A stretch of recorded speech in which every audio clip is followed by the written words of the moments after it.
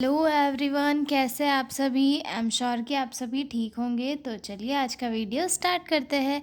आज के वीडियो में हम डील करने वाले हैं एक 2 नंबर का क्वेश्चन जो पूछा गया था प्रीवियस ईयर के पेपर में कि यूजेस ऑफ हेपेरिन हेपेरिन के क्या क्या यूज़ है वो लिखे। 2 नंबर में ये क्वेश्चन पूछा गया था। तो हम पहले इसके यूजेस डील कर लेते हैं as per previous year question के आंसर।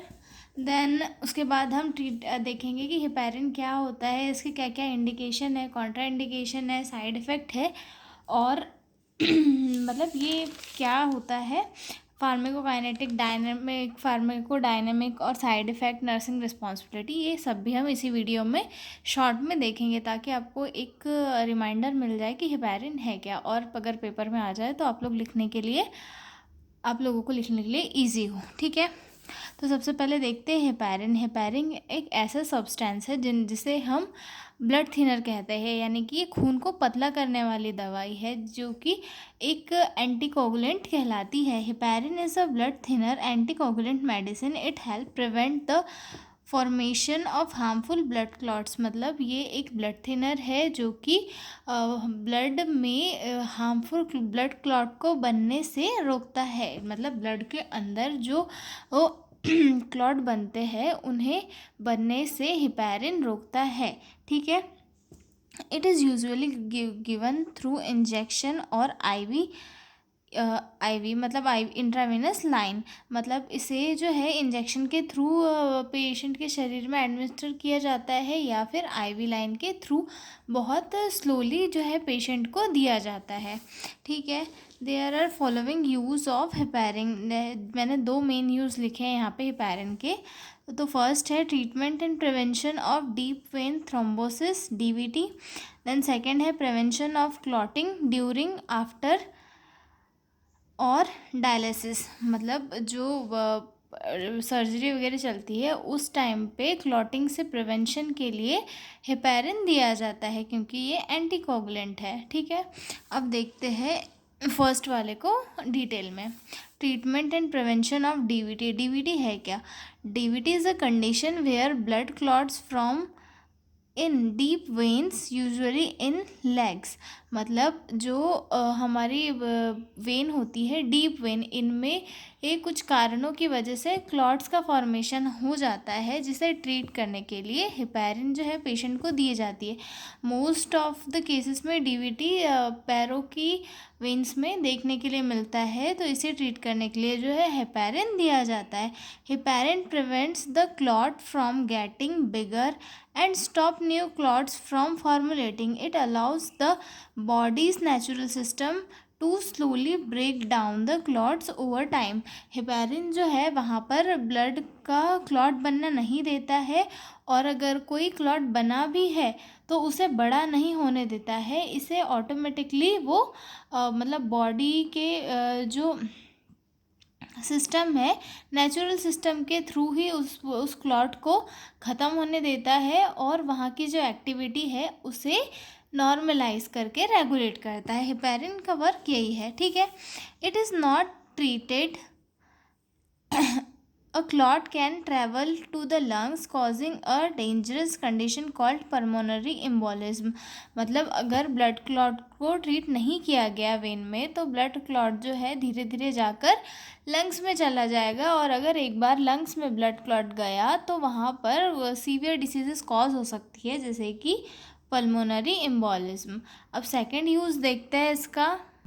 सेकेंड यूज़ है prevention of clotting during and after surgery और dialysis. During surgery specially heart और ब्लड वेसल सर्जरी और डायलिसिस, ब्लड में क्लॉट इन ट्यूब्स और मशीन्स कॉजिंग ब्लॉकेज। मतलब जो anticoagulant drugs है या फिर हेपेरिन है उसे सर्जरी के दौरान जो है पेशेंट को दिया जाता है। क्यों? क्योंकि जो सर्जरी के दौरान अगर कोई ब्लड क्लॉट और इसका ब्लड क्लॉट या फिर थक्के का फॉर्मेशन होता है तो वो पेशेंट के लिए एक डेंजरस कंडीशन बन सकती है। इसीलिए पेशेंट को उस टाइम पे क्लॉटिंग से बचाने के लिए हेपारिन दिया जाता है, जिससे कि क्या होता है कि ब्लॉकेज पेशेंट के शरीर में ख़त्म हो जाता है और पेशेंट की सर्जरी इजीली हो जाती है। ठीक है। Heparin is use to keep the blood flowing smoothly in machine और IV lines by preventing clot formation। जब डायलिसिस किया जाता है तो उस टाइम पे जो पेशेंट का ब्लड है वो एक मशीन में जाके फ़िल्टर होता है, तो उस टाइम पे ब्लड का मशीन में भी कहीं कोई क्लॉट ना बन जाए, उस चीज़ से बचने के लिए भी जो है हेपारिन का यूज़ किया जाता है।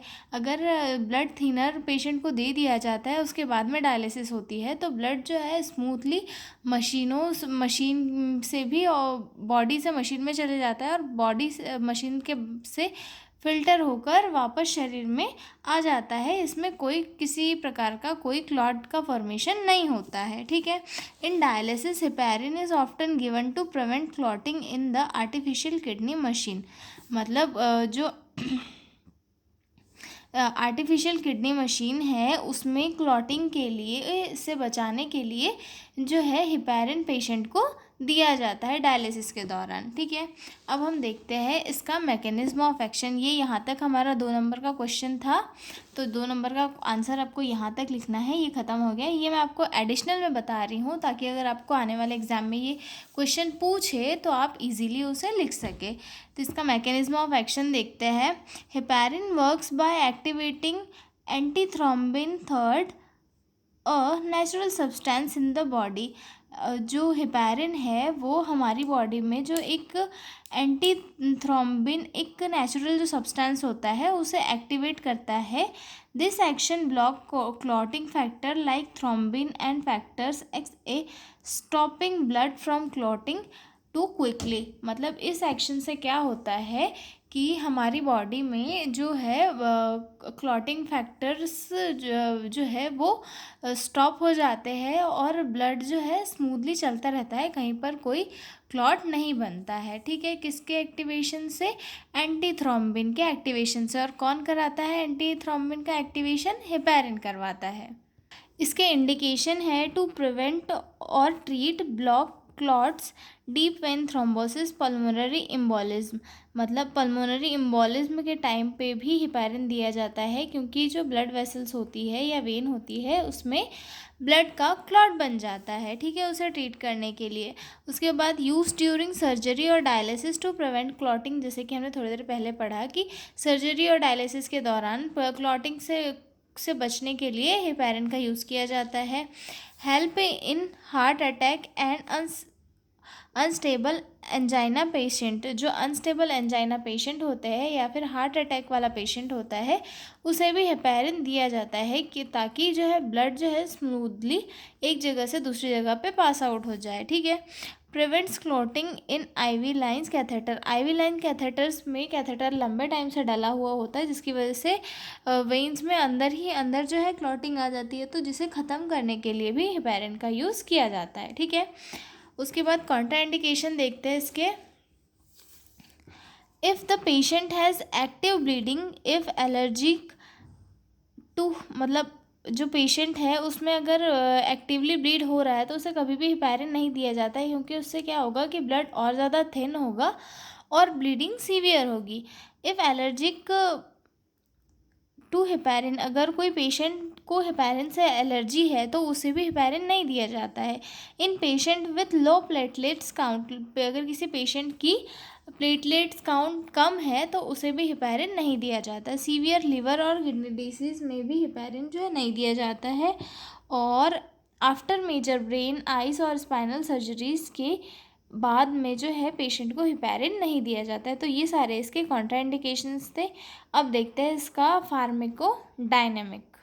फार्माकोडायनेमिक में है heparin slow down the clotting process. Heparin का मेन एक ही वर्क होता है कि ये जो क्लॉटिंग फैक्टर है इसकी प्रोसेस को स्लो करता है। It does dissolve existing clots but stop them from growing. मतलब ये जो हेपारिन होता है वो अगर कहीं पे क्लॉट बने हुए होते हैं तो उन्हें वो वापस ब्लड में डिज़ोल्व करने का काम करता है, उसके साथ साथ नए जो क्लॉट है उन्हें बनने से भी रोकता है।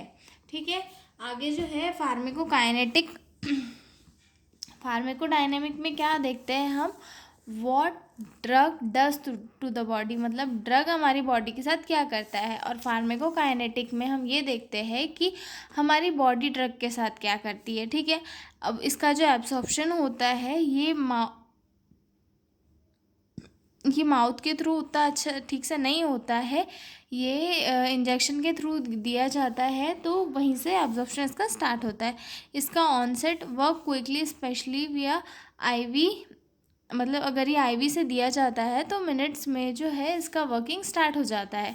Distribution binds to protein in the blood, इसका जो डिस्ट्रीब्यूशन होता है वो ब्लड में ही होता है और ये ब्लड में प्रोटीन्स को बाइंड करने का काम करता है। ठीक है, इस फिर मेटाबॉलिज्म इसका लिवर में होता है और एक्सक्रीशन जो है किडनी के थ्रू ये रिमूव कर दिया जाता है। ठीक है, अगला है इसके साइड इफ़ेक्ट कि क्या क्या साइड इफ़ेक्ट शो होते हैं। सबसे फर्स्ट तो ब्लीडिंग होता है, फिर लो प्लेटलेट्स हो जाता है, फिर ब्रशिंग और irritation in the injection site, मतलब जो इंजेक्शन है उसकी साइट पर इरिटेशन फील होने लगती है। फिर अगला है एलर्जिक रिएक्शन शो होने लगते हैं। Osteoporosis with long term use, अगर कोई पेशेंट लंबे टाइम से जो हेपारिन यूज़ कर रहा है तो उसे ऑस्टियोपोरोसिस जैसे शिकायत देखने के लिए मिलती है। अगला पॉइंट है नर्सिंग रिस्पॉन्सिबिलिटी, कि नर्सेस को क्या क्या रिस्पॉन्सिबिलिटी रखनी होती है जब वो हेपारिन को किसी पेशेंट की बॉडी में जो है एडमिनिस्टर करने वाली होती है। सबसे पहले तो check for the sign of bleeding gums urine stool and bruises, यानी कि जो पेशेंट को कहीं से ब्लीडिंग तो नहीं हो रही है, सबसे पहले ये चेक करना होता है, क्योंकि हेपारिन जो है एक ब्लड थिनर होता है जो खून को और पतला करता है। अगर उसे पेशेंट को पहले से ही कहीं ब्लीडिंग हो रही होगी तो आगे चल के उसे और दिक्कतें हो सकती है, तो इसीलिए पहले ब्लीडिंग के लिए चेक करना है। उसके बाद मॉनिटर प्लेटलेट का काउंट एंड एपीटीटी, मतलब एक कलेक्टिंग टेस्ट होता है, इसीलिए जो प्लेटलेट काउंट है उसे मॉनिटर करना होता है। उसके बाद ensure correct dose and route of administration, मतलब जो रूट है एडमिनिस्ट्रेशन की और डोज है वो सही होने चाहिए, वो चेक करके ही उन्हें ये करना चाहिए। उसके बाद avoid IM injection can cause bleeding, IM injection जब हेपारिन चल रहा हो तब पेशेंट को नहीं देना चाहिए, क्योंकि ब्लीडिंग जो है उस टाइम कॉज हो सकती है। Educate patient to avoid injury और यूजिंग शार्प ऑब्जेक्ट, पेशेंट को एजुकेट करना चाहिए कि आप चोट लगने से बचें और शार्प चीज़ों को यूज़ भी ना करें, जिससे क्या होगा कि अगर शार्प चीज़ों से उन्हें चोट लगेगी तो उन्हें सीवियर ब्लीडिंग हो सकती है। ठीक है, observe for any allergic reaction, अगर पेशेंट को कोई भी एलर्जिक रिएक्शन शो हो रहा है तो उसे नोट करना होता है। उसके बाद नर्सेस को ये ध्यान देना चाहिए कि पेशेंट किसी दूसरी ब्लड थिनर पे तो नहीं है, या फिर उसे कोई दूसरी ब्लड थिनर डॉक्टर के द्वारा प्रेस्क्राइब तो नहीं की गई है। तो ये सारी चीज़ें जो है नर्सेस की रिस्पॉन्सिबिलिटी होती है। और हमने जो एक इम्पॉर्टेंट क्वेश्चन था हेपारिन, उसे स्टडी कर लिया है। अगर आप लोगों को कोई डाउट हो तो आप मुझसे कमेंट में पूछ सकते हैं, और आपको जो क्वेश्चन चाहिए आप मुझे वो भी कमेंट में लिख कर भेज सकते हैं। मैं आपके लिए उसका वीडियो जल्दी लेकर आ जाऊंगी। तो हम मिलते हैं अगले वीडियो में, तब तक के लिए बाय बाय।